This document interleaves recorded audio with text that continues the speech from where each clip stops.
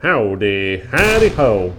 You know, with age, nothing gets easier. I'm getting to that point in life where the first conversation of the day is preempted by me thinking, shit, words. F.I.S.T, or Forged in Shadow Torch, is one of those games that has little visibility but catches some people's eyes, including mine, by way of appealing to a specific subgenre that has its core fans.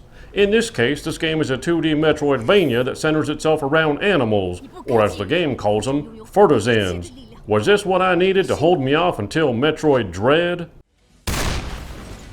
There's something very important you need to know that separates this game from other 2D platformers / Metroidvanias. The combat is more brawler-fighter hybrid. It might be easier to simply show what I mean in this combo sequence.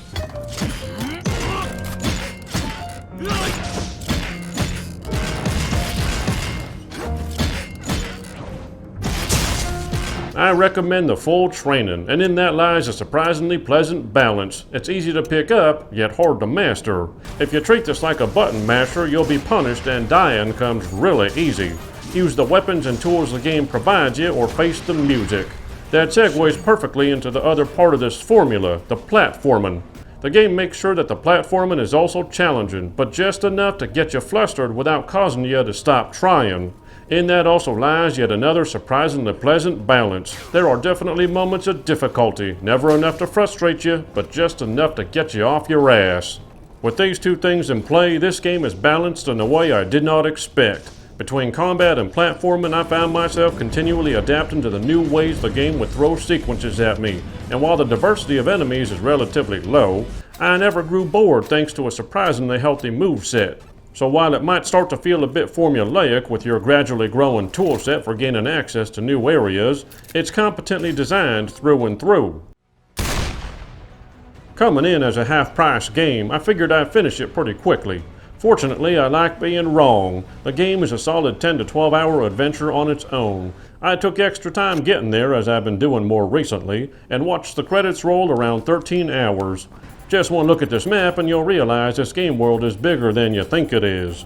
However, like most Metroidvanias, there isn't much after the campaign, just going back for those collectibles, aka achievements. Still, that's a solid game length for the price, even if most people will uninstall it once it's beaten.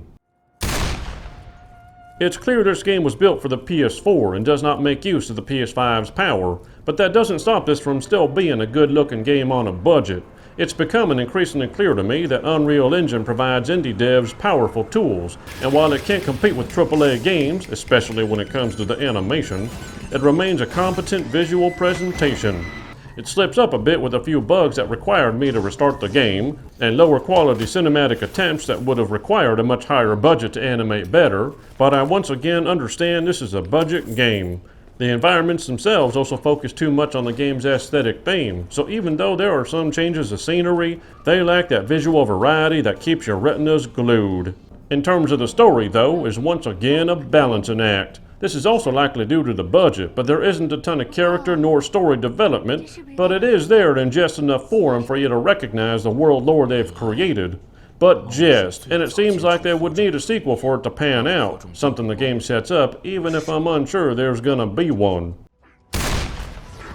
I'll put this as simple as possible. If you love Metroidvanias, you owe this game a chance. I think there might be some anti-China subtleties to how people view this game, but I ignore politics around here. If you do, you'll find this game has a competent brawler-fighter hybrid combat system that just aches for you to get better at it. Challenging platforming that nets you that single drop of sweat and keeps you applying your skills dynamically. And while its campaign lacks any replayability, it's definitely a solid length for the price. It's unfortunate then that it makes no use of the PS5 and is held back by its budget when it comes to animations and environmental diversity. That didn't keep me from thoroughly enjoying it though. I give F.I.S.T an 8.5 out of 10. See you next time on the Gaming 5.